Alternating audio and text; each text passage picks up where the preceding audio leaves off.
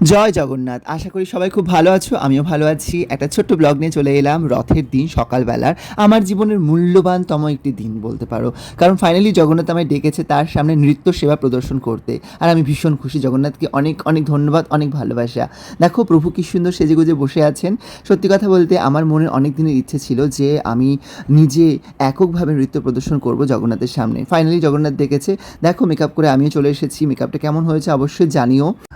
সাথে ছিল ক্রিশ এবং সুরাজ। ইসকনের ৫৫তম বছরের রথ, তো আরও স্পেশাল। গরমের জন্য মেকআপ ঘামলেও আমি কিন্তু খুব ভালো ছিলাম।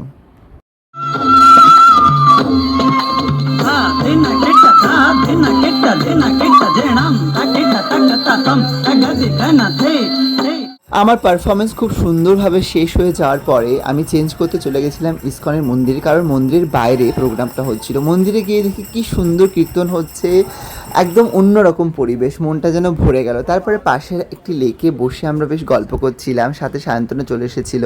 হ্যাঁ এত বড় বদনাম এখন তুই প্রমোশন হয়ে গেছে। আমাদের দেখা হলে কিন্তু খুব মজা করি আমরা। যাই হোক, তো দেখতে পাচ্ছি এই মিষ্টিগুলো আমি ইসকন থেকে পেয়েছিলাম, সবাই মিলে শেয়ার করে খেলাম। কিন্তু লাঞ্চ টাইম হয়ে গেছিলো, তারপরে লাঞ্চ করার জন্য চলে গেলাম আমরা হালদিরামে গিয়ে আমরা খেলাম ডোসা, আর সুরাজ সায়ন্তন খেলো ছোলা ভাটুরা। তো বেশ সুন্দরভাবে কাটলো দিনটা। এই ছিল ছোট্ট একটা ভিডিও। সবাই খুব ভালো থেকো, অন্য কোনো ভিডিওতে দেখা হবে। Bye, tata, take care.